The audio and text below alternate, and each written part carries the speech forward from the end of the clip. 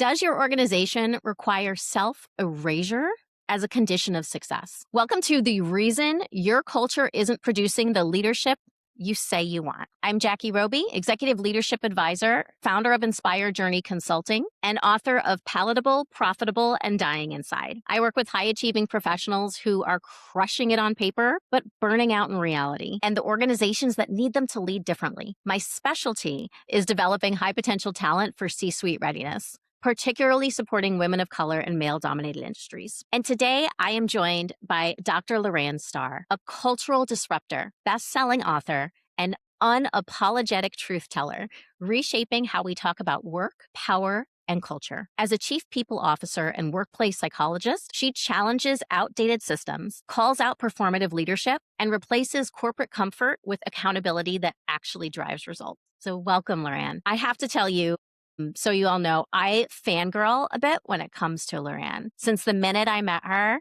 she is an inspiration, incredible knowledge, the way she shows up in the world, how dynamic she is, her books that I'm obsessed with, her brilliance. It is a gift and an honor to have her here today. And in preparation for our conversation, Loran got a sneak peek at chapter 14, the final chapter of my upcoming book, where we discuss these rules. So what I'm excited to share with all of you is how her expertise applies. When we talk about workplace, we talk about, society, it really does take a village. Like, we should all be leaning on each other more, reaching out more. That's what being a human is all about, is that connectivity. For some strange reason, we don't want to connect with each other, especially when we have an ask. As strong women, it's really important that we lean on each other.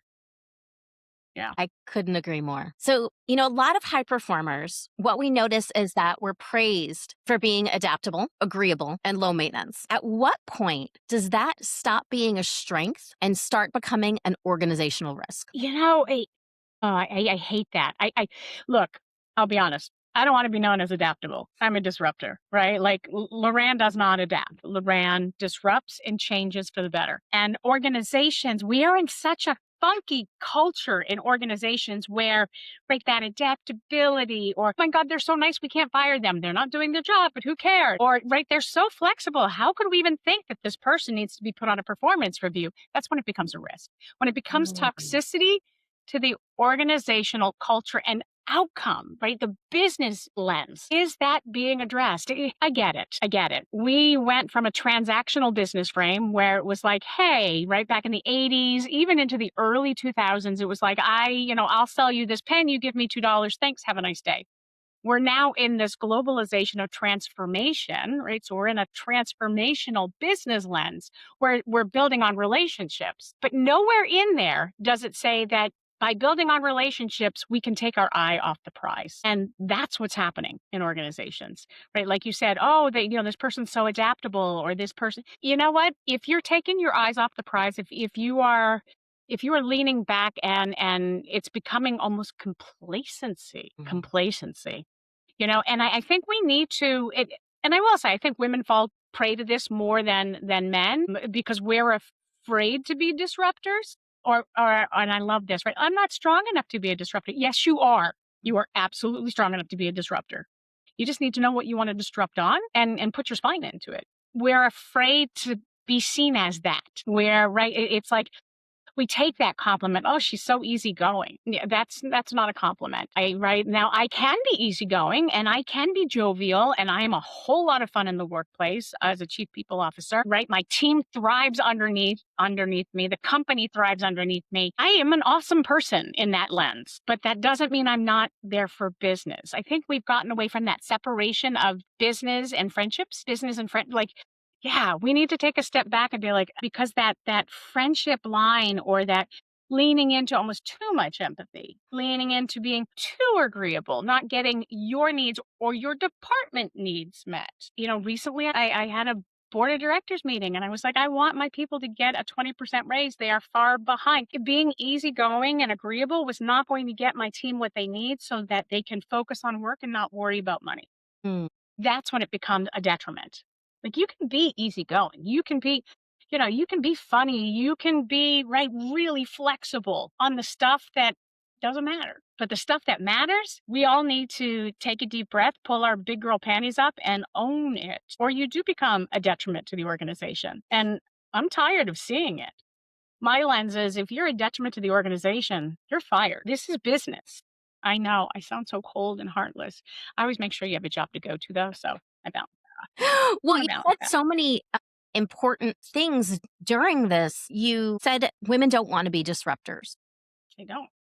And I love that statement because what I will say is the idea of being a disruptor inside of an organization feels terrifying, right? Because you're supposed to be easy to get along with. You can be the same thing, but you just because you're a disruptor doesn't mean you're not easy to get along with. Exactly. It was funny, Jackie, because as you were saying that, I thought you were going to go in a different direction. I really did because I'm starting to see this more and more in organizations that have become complacent or don't want to do the work. The first people they get rid of are the disruptors. See, and I thought you were going to go in that direction. no, but I love that you did because that is what stops many high performers, oftentimes women, from becoming disruptors. That's a key issue. It's a huge issue. Yeah. It's like, oh, well, if I'm the disruptor, then I'm going to get fired. Well, you know what? It's not true.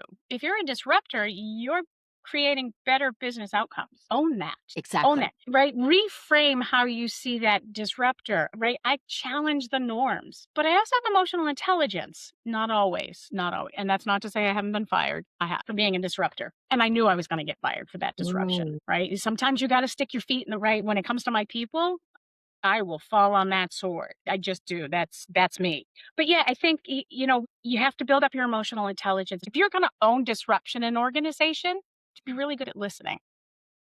You have to be really good at listening. Back in the 90s when Survivor came out, you remember that, right? Survivor, it's a big television show. It's been around for 20 some odd years. You have to play business like the game of the Survivor. If you don't believe me, watch an episode. They are all disruptors by definition. They are going heavily and hard after winning. The only way you're going to win is by disrupting. Those that win build alliances. They know how to influence, right? And some manipulate. That's the bad side of the disruptor. I'll push that off to the side. But often they will swing the whole group to go in one direction through influence. They're constantly listening and remembering finer points. If you're going to disrupt, if you want to be a disruptor, and I think that is the bigger choice here, Jackie. It's either to be a disruptor or it's to just go with the flow. And that's a personal choice, right? I have friends that they just go with the flow. And I'm like, God bless you. Couldn't do it. It's not in my DNA. I'm always going to challenge. If you're going to be, then own it, but also build up the skills so you don't get fired. So that, right? Like I'm a strategic disruptor. I make sure that when I'm about to disrupt, when I'm going to rock that boat, I have alliances built. I've got people behind me that I've already shared some insight. I've gotten excitement going. I'm utilizing the correct language based on who I'm talking to. Yeah. And I'm not shy about it. I even think about it, and I've seen this right from the interviewing process. When I've interviewed employees, or potential employees, what we're seeing is that what we're getting. At the end of the day, when you hire me, you know exactly what you're getting. This is all unfiltered in the interview. If you come back and be like, we don't like that, that's on you. That is on you. And I have no problem reminding them that. No problem. There's so much goodness in what you said. Some of the things that I heard is the skills of a really great disruptor, the lightness of it, right? Not the manipulation, though. It could be a dark side, right? Everything can be used for good or evil. Which side are you choosing? But those skills that you mentioned are things that actually your high performers already have. And when they're performing palatability, what they're doing is they're using those tools, but they're not using it to an advantage that's authentic. And you mentioned how you've disrupted and gotten fired. I was in an industry that had high turnover, specifically in sales, which is where I was. And in the times where I didn't disrupt, guess what? I still lost my job multiple times, and it wasn't performance based. So there are things that happen No matter what, we do not have control. So why do we not just come forward with the best authentic ways to disrupt, to create change, to Yes. impact things positively? And you know, to that, you have to make sure your organization is ready for that disruption. And if that's Um, the right organization for you. because that's the exactly, that's the right, you know, and that's the right organization for you. If I, you know, in the times that I've had to walk away from a company, or been let go, or right, they were not the right company for me. At the end of the day, okay, it didn't align. I was too much of this, right? I always do a deep dive afterwards, and I'm like, what could I have done differently? What could I am authentic 100% to myself, but you know, I have faults. Maybe I could have done that better. Maybe I could have done this better. But we have a lot of companies out there that aren't ready for disruption. And what are you disrupting on? Like, example, accountability. Accountability is a big deal to me. It is a huge Mhm. cornerstone of my integrity. I hold everyone accountable, including the C-suite, if not more so the C-suite. I was with an organization that didn't they said they wanted that accountability in the C-suite, but they didn't want that accountability in the C-suite. Do I push that? Right? That's a choice. Mm. Like sitting back, we are right disruptors, we are high performing individuals. That's a choice. Like at no given point did I go, I stepped in that. Uh-oh. I'm like, do I push accountability and run the risk of Mm. alienation? Or do I sit back and see where this goes and put a pin in it? Like that's something we'll have to tackle for another day because this C suite's not ready for it. Not ready for it. And the You power know, of in that that is situation, choice. I made the decision to push it. Yeah, It cost me my job. And you know what? I'm like, I'm better for it. I'm like, you know what? I'm not going to swear on the show. But I was like, you don't deserve me.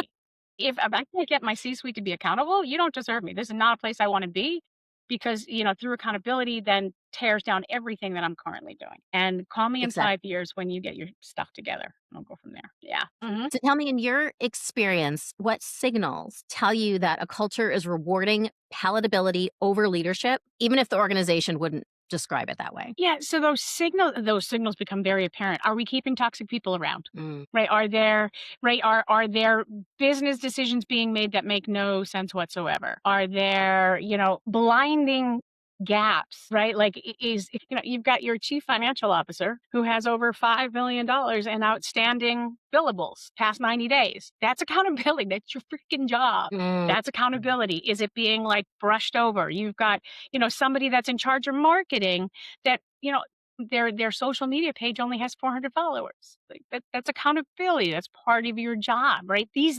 signals are glaring. Mm. And I think from, you know, performer, if you're a high performer, that stuff will drive you back crazy. That's what's going to keep you like you see all the signals. You see all the signals. Maybe someone getting promoted over you that you know from a truth lens that this person isn't ready for that position. Right? That's accountability, right? But this person is a thorn in the side to everyone. I love that. It's like, oh, accountability. Oh my God, this person. Let's call her Laura, right? She mounts off. She's a bull in a china shop. She's right. No one can stand her. Let's promote her. Mhm. Let's get her out of that position and put her in another position and see how that works. And what does that do? It just drives more and more toxicity. Mhm. We see that. How do you recognize this from the HR role? You know, yeah, there's the question. Because and I wish I had for your audience a clear-cut answer because human resources is going through its own morph. It's going through a whole new redesign. I don't know what the future is going to hold for human resources. I have a slight idea. I can see where the direction's going and I do see like kind of the parting of the ways there. Human resources should be right, accountability should be one of the pillars we focus on. Doesn't that make sense? Like if we're trying to create a healthy organizational culture where our people thrive, that's our job, which drives business outcomes, then we should be able to hold everybody accountable or at least, you know, define what those accountable behaviors look like and then instill them in training. And then when we don't see them, bring that to light. Bring that to light. Like, here's a leader who I'm not seeing the accountability around your behavior. So, Laura, you know, I'm not saying terminate. I'm saying, hey, Laura, here are the skills that you need to work on. You're right. You work with their manager, their leader, and you build a developmental path for that individual so they build up accountability Mm. rather than, you know, just cutting the head of the snake off. that's part of the whole capital, human capital design, making our people better. So yeah, that's one of our pillars that we absolutely should be looking for.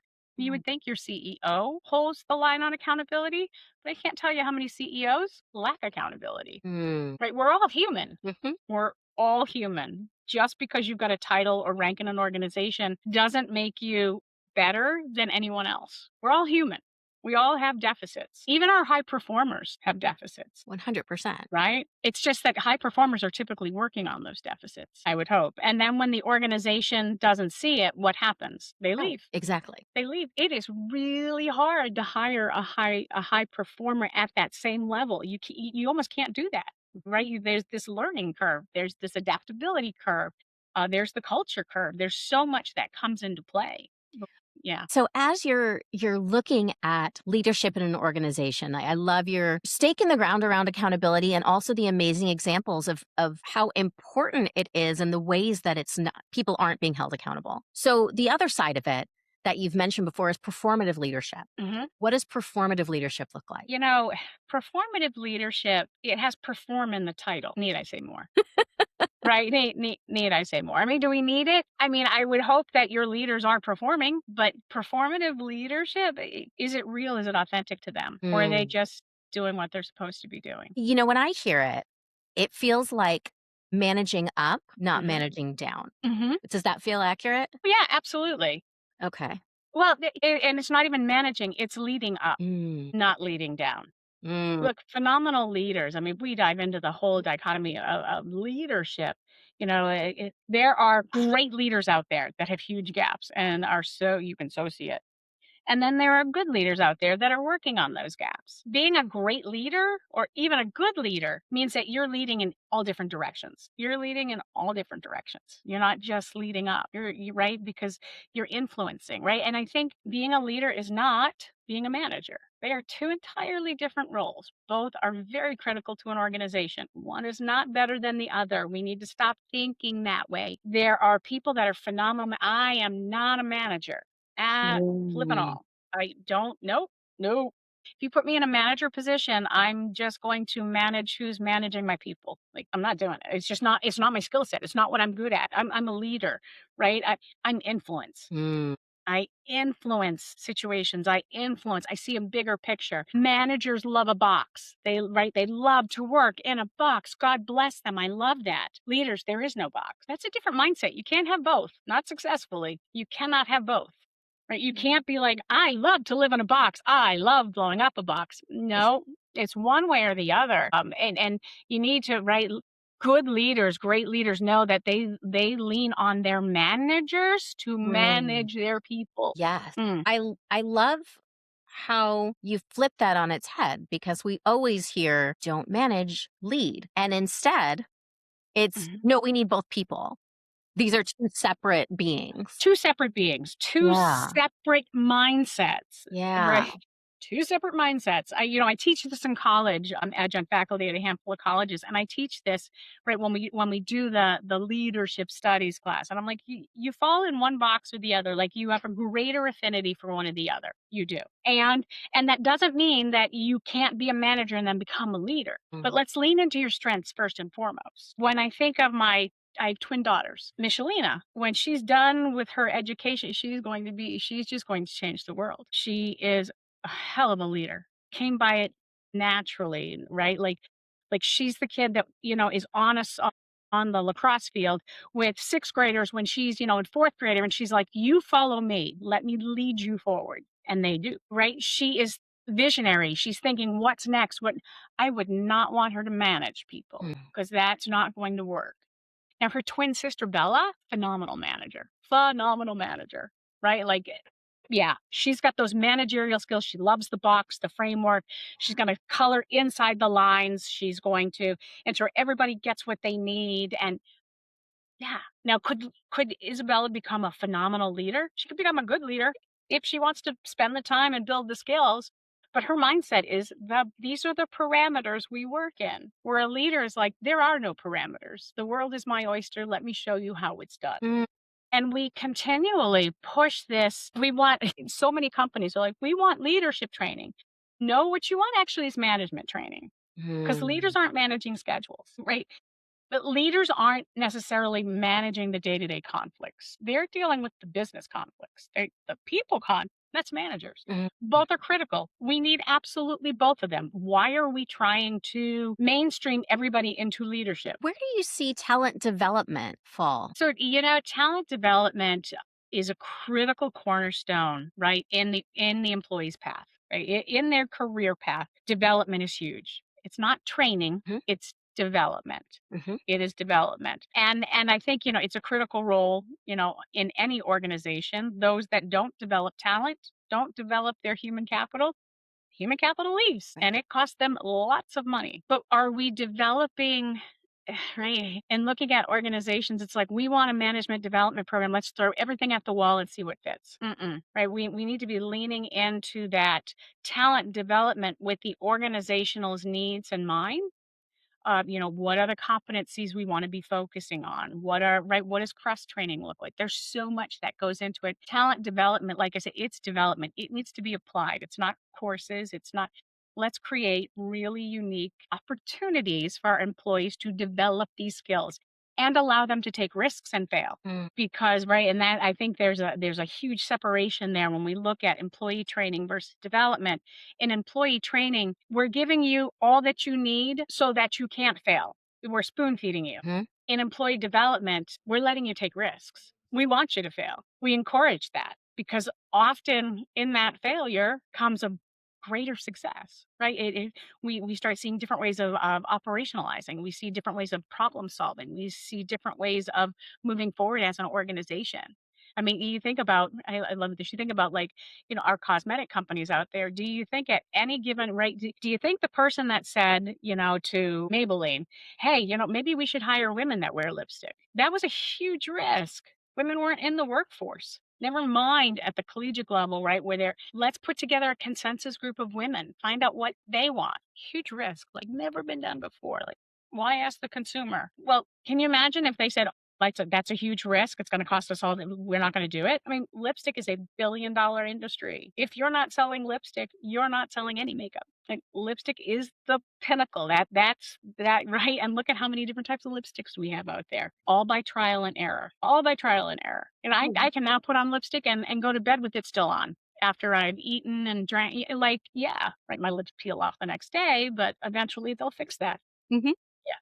Yeah. It's like it's drying as heck, but sure. So this aligns perfectly of what I wanted to know when it comes to innovation. So when people are spending more energy managing perception instead of honest contribution, what happens to innovation and decision quality? I mean, that's yeah. If you're if you're managing perception instead of innovation, innovation falls apart, right? Yeah. I mean that's and are we doing that? God, I hope not. I hope not. But it does happen. I think I think the bigger question or the underlying question underneath that is are managing the whole person instead of what it looks like they bring to the table. Mm, Right. Are they managing the whole person, right? One of the goals of a manager, or it should be, if it's not, if you're a manager and you're like, I didn't know that, that's okay. That's on your organization, not you. But one of the core goals is to provide and develop each employee what they need to thrive in the workspace. I had this conversation a couple of years ago. What if all managers treated their employees as if they had a disability? What accommodations do you need? What do you need to thrive in this right to be the most productive self? What is that instead of approaching employees as stick figures, looking at the whole employee? Yeah, we have a lot of employees that are neurodivergent. I'm dyslexic. I can't read squat, right? I'm like, I am dyslexic. and so many that are and haven't been diagnosed also. And so many that haven't been diagnosed. One of the companies I worked for, I did an ADHD poll, right? It was a sales organization, super hyper sales team. I'm curious how many have a smattering of ADHD or have been diagnosed. And it was surprising how many were not diagnosed with ADHD per se back when they were children, but absolutely have ADHD, right? And they're older now, they don't need to go on the medication. What they have done is found ways, much like my dyslexia, I found ways to work around it. Brilliant. Like absolutely brilliant. Well, what if that manager then said, hey, if you went to your manager and you were like, I have ADD, like, I need downtime. So after a 60-minute Teams meeting, I need 10, 15 minutes. I'll tell you, just giving that employee that 10 or 15 minutes to get it out, to refocus, right? Right, to resync their brain waves, huge. They come back, 4 times as productive. Love the concept of that ask and allowing for those things, right? Asking the question alone and seeing it asked to multiple people multiple times, I think allows this Mhm. space of safety. It starts to create a space of safety. And Yes, implementing the changes requested that are reasonable, that are reasonable. right? That are reasonable, right? I mean, we have a very unique workforce right now. We've got 5 generations in the workforce, right? Your millennials and your Gen Zs they're dying, or your Gen Alphas rather, they're dying for coaching because that's how we brought them up. Put them on a soccer team. As Oh, much as yeah. we joke around about the participation medal, they were all on sports teams. They're dying for coaching, right? We should be having those conversations with them. We have, moms, right? We went through COVID. I know if you're just tuning in now, facilitating, right? We went on this remote workplace in some places. Some people were furloughed. Life changed. Yeah, we have organizations that are now back online going, well, we want to go back to 2019. It's not going to happen because humans, we evolve, right? So now we've got, employees that have to get their kids off to school. Like they got into a sync or a rhythm with the family that works. Why are we not addressing that? I had an employee say to me, like, I said, what is your biggest obstacle? And he said to me, the biggest obstacle I run into, Loran, is we got so used to taking our kids to and from school. And now it's like an interruption in my day. Mm. Uncle, what if it wasn't an interruption in your day? What if you take your kids to and from school and we build your working hours around that? So your afternoons, let's not do Teams meetings in the afternoons where your kid's running around naked behind you, right? Like, because now your kids are all home. And granted, you're in your office and the door's closed. Yeah, I'll make sure that we don't have our one-on-one meetings at 8 o'clock in the morning because I know you're driving your little one to school. Managers should be flexible and adaptable. They can still be disruptors because that example is me disrupting the workflow. So, as we look at managers seeing the whole person and managing the whole person, is it also in their realm of responsibility, would you say, to initiate talent development, Both are responsible. The employee and the manager are responsible but for not the leader? development. You know what? The leader is to support it, Okay. right? The leader supports that development, Hmm. right? The leader ensures that, barriers are removed from that developmental process. The responsibility of development falls on the employee first and foremost, and then the Hmm. manager. And then does it fall on the leader? Sure. If you're a manager, then it falls on, right, the manager for development and the leader for development. So as you progress up the line, responsibilities change as to who owns what. Like I said, when we look at this younger generation in the workforce, they want the development. They know what they're good at and what they're not good at. They're dying for it. But what we're seeing is, we're seeing leaders that say, we need development, we need development, we need development, but we're not going to give you any funds for it. We're not going to give you the tools for it. You don't need to hire someone that does talent development. Just create training classes. That's not development. That's not how you develop your people, right? So that's the leader's job, is helping support that. And then the Mm. manager's job is finding out, you know, through coaching, through conversations, where do you want to develop? Where do you want to go next?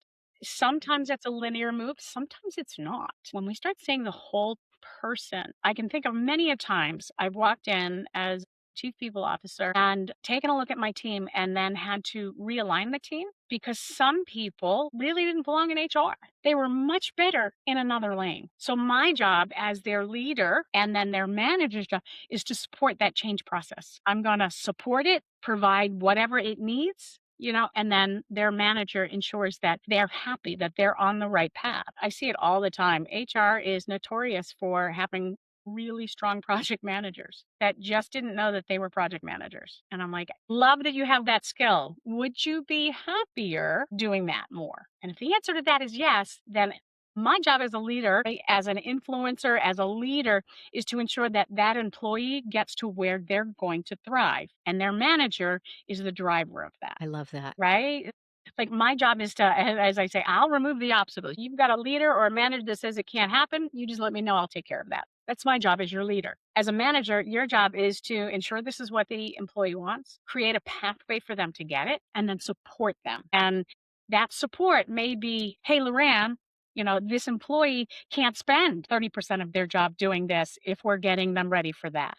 And then I have to go back and go, "Okay, because that's an obstacle. Okay, do we need to hire someone part-time then to take that on? Do we need to let's take a look at the team again. Is there someone that can absorb that?" Yeah. But that's looking at the whole person. And, like college is a funny thing. I'm noticing more and more that the kids that are graduating, the classes that are graduating out of liberal arts colleges in particular, they don't know what they want to do when they grow up. They're coming out with a ton of skills and they're coming out with knowledge, but they don't know what they want to do when they grow up. So they jump into a job, and your first job defines your next 5 years. Like, you're going to be in that industry, typically in that position. What if managers were helping that Mhm. next step? And right, that's treating the employee. Like, what if managers are like, "What do you like about your job?" I call them stay interviews. Like, "What do you like about your job? What don't you?" There's so much information you can gather there, Mm. finding out why they're still with the organization.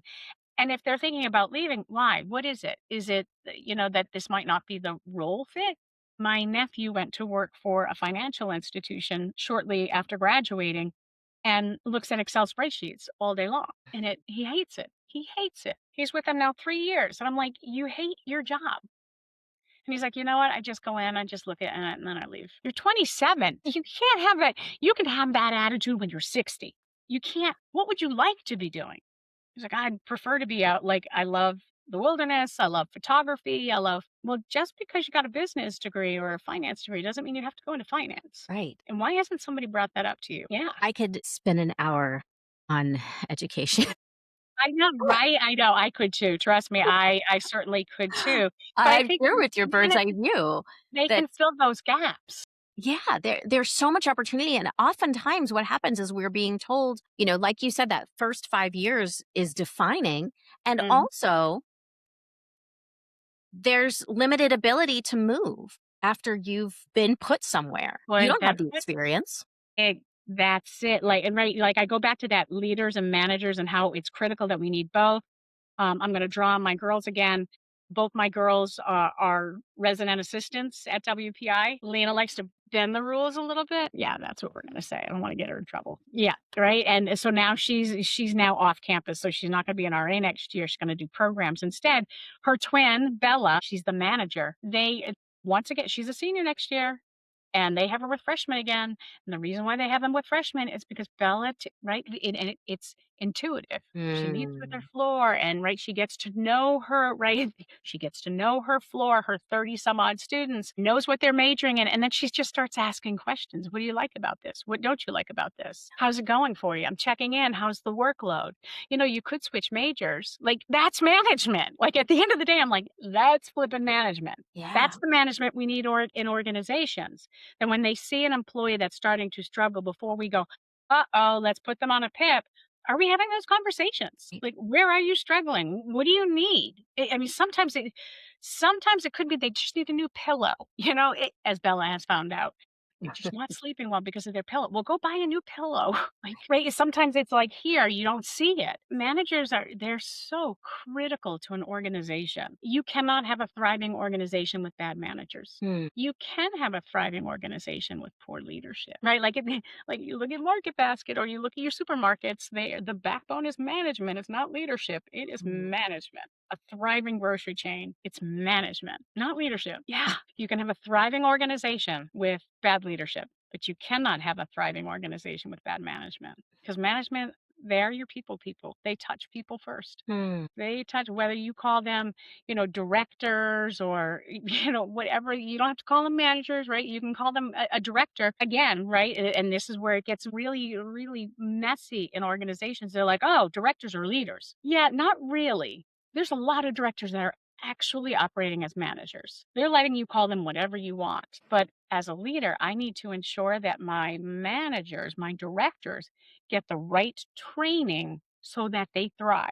That's right. So as a leader, I've got to sit back and be like, are they managing or are they a leader? Which one? Okay, Which so one is now I have a clarification question for this vision based on the concepts that we've known and been used to, which Mhm. oftentimes, like we've talked about the difference between the old differential between being a leader versus a manager and Yeah. this new paradigm of leadership and management.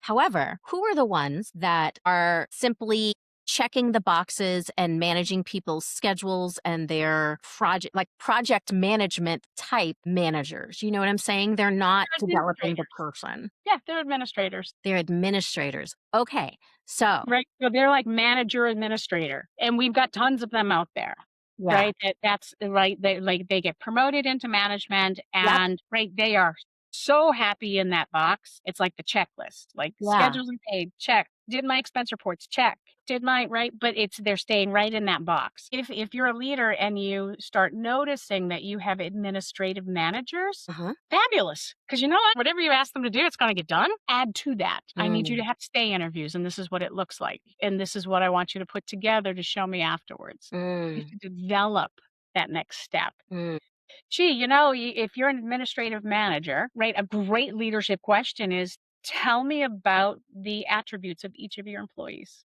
What makes them each unique? mhm, And if they don't know that answer, have them just go back and find out. Like, it's not like, "Oh, bad you," right? Because management is a lot of administration. mhm, They just haven't developed beyond that. mm. And more than likely, it's somewhat intuitive. They're so used to the box that they haven't been to, and we do see this with the older generation.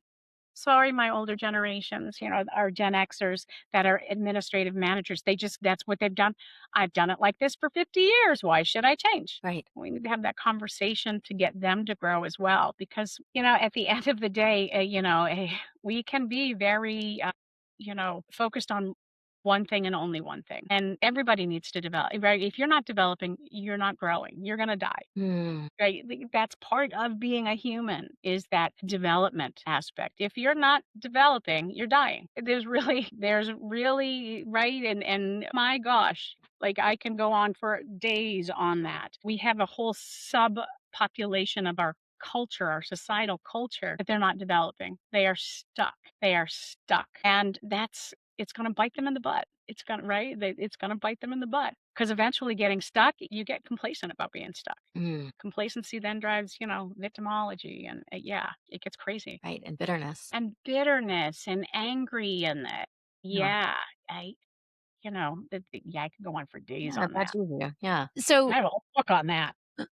for the HR executive listening, what are some subtle signs that the organization is creating a compliance culture? From a compliance lens, compliance cultures don't work. Let's be right, because then you have employees living in fear, and a fearful employee is 32% less productive than a non-fearful. Right? They're never going to take risks. Innovation stops. Communication stops. Right? Is that executive HR officer leading with compliance? The executive suite sets the tone for the organization. Right? We talk about organizational culture. We're going to build it from the bottom up. No, you're not. You have to start at the top and build it down. If you have a C-suite executive, a HR executive that is leading with compliance. Compliance is always part of our world, but is leading with that compliance. You're the problem. You're the problem. So if you're a CEO and you're sitting back and going, wow, there was an article. Now that I think of it, there was an article of a CEO who he's like, my CHRO constantly was coming to me with compliance threats, like the Department of Labor is going to come in, right? Unemployment, like our records aren't being done right. Here's this legal issue. Here's that legal issue. Legal and compliance go hand in hand. So the CEO fired the entire HR team. And now the CEO says, we have no issues with compliance. Think about that. That all started with the top, with the executive officer, right? The executive HR person driving compliance. If we focus too much on compliance, it just doesn't work. And the signals of that fall to the CHRO or the CPO. Is compliance a cornerstone of what you're driving? The answer is yes, then you're a compliance culture. And what about when they're meeting with managers? Are there things that they're hearing that might signal that the manager is driving compliance into the culture? Managers don't typically drive compliance. Hmm. Like, I have yet to meet a manager that's like, "Woohoo! Like, rules, rules, rules." Like, Well, I don't see that. that much. There are certain industries like the financial industry or the healthcare industry that there are a lot of compliance factors that come into play. And it is part of the manager's job, right? Part of their roles and responsibility to make sure everyone is certified in the right certification, right? That OSHA is there, or right, or that nobody's misspeaking. I mean, there is that compliance that comes in, infuses with it. If you have a manager who is managing through compliance, meaning if you don't do this, you will lose your job. You create right there. There's that fear again. Right. There's that fear. And your C-suite, your leadership team can figure that out pretty quickly if they start doing exit interviews. Why are people leaving the organization? Mm, Because they'll come right back and be like, right, like, it's compliance. I'm tired of doing the compliance stuff. I'm tired of mm. being ridden about, making sure I have this or I have that. Doesn't mean that it doesn't have to be done. It does. But how are they, where are they leaning into that management? What about compliance as the opposite of engagement, as in agreeing, keeping things just softer and easier, less friction? Yeah, right. That's complacency. Mm, That's complacency, right? I mean, when we talk about engagement and we talk about compliance, it really isn't that compliance factor. It's complacency. Compliance, we don't necessarily see compliance per se as dinging engagement as much as we see that complacency. Like, I'm just going to ride the wave. And there's a lot of employees out there that love that. And there's a lot of companies that love that. More mhm. power. If that's how you built your business, you never wanna hire me because 'cause I'm gonna wreck it. I'm gonna come in like a bull in a china shop. Right? Yeah, I mean, Amazing. it's one of the first questions I ask, when I'm like, in describing your compliance. Describe your culture rather. And they're like, "Well, we have this, that." I didn't ask you for your values. I asked you, "What is your culture like?" Like, do people talk Mm, in meetings? I'm testing the water to see if I'm a fit. mm, Because there are businesses out there that are very complacent in what they do. Don't rock the boat, steady the flow. Just mm. you're right, they're the turtle. Or as Dory says, just keep swimming. They're just keep swimming. Like, oh yeah, just keep swimming, just keep swimming. And I think we're starting to see a lot more organizations kind of lean into that due to the political era we're in. I call it the orange era.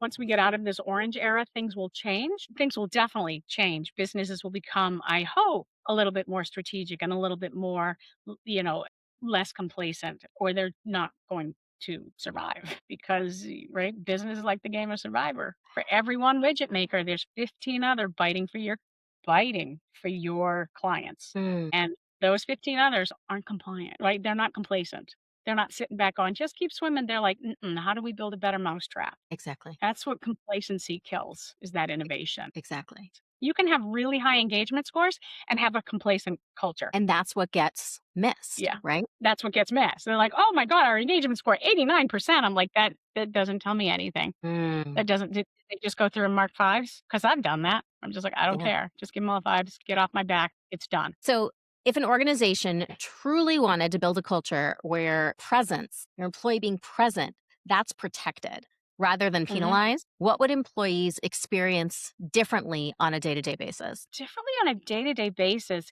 I think that they would experience being seen. If you build that healthy organizational culture and your managers and leaders are leaning in to see the entire employee, they feel seen. They feel seen. Because we have to remember, right, when we talk about culture, is we have the what I like to call the culture infinity loop. What happens outside of the workplace comes into the workplace. If you're not seeing your whole employee, you've got problems. There's going to be some issues. There's going to be some issues. There was a time where we didn't talk politics, money, or religion in the workplace. That was back in the 1960s. Today, those topics are free game in the workplace. So, managers and leaders, if you're not seeing the whole person coming into the workplace, you start running risks. You Mm, start running risks of, discrimination. You start running risks of alienation. You start running risks of complacency if your employees aren't feeling like they're seen and heard. So, yeah, if you have that healthy culture, your employees are feeling seen and heard. Fran, thank you. What a beautiful way to wrap this up. That was a I'm nice little so ribbon. grateful. And I'm, as you know, a huge fan. You have a new book. Please, if you tell everyone about it. New book, See Dick's Hissy Fit: The Rise and Predictable Fall of U.S. Culture. Right now, we are just in launch phase, which is nice. So you can get the ebook for $2.99 right now on Amazon. Then it'll go back to its $10 price point. This book really takes a look at culture and explores how our societal culture loops into our workplace. And I love the cover. That's Dick, that's Jane, that's Sally. So those of us that are Gen Xers or older know the See Dick and Jane books were a huge pivotal component of our cultural architect. And we still have a lot of people out there that want that. But our world has changed, and there comes the polarization. It's very satirical. Great information in there. I think, you will enjoy reading it. Yes, there are pictures in it. Someone had asked me once before because it's not a thin book. There are pictures. There's also, 46 pages of footnotes. Like this is evidence at its finest. I love it. So I'm going to make sure that we include the link Yes, so please that, do. that people can get it because I cannot wait to read it. Evidence based inclusion is one of Loren's other books that I Yeah. adore and I've just continued to learn so much for this one. For me, it just makes me smile and laugh, and hearing her speak is something else that is just Oh, an absolute brightening in my world. I love that. Thank you. Thank Thank you. Thank you. you. Right back at you. All right. Thank you all for being here. We appreciate you. Palatable, Profitable, and Dying Inside is coming out this fall. Can't wait. Can't wait.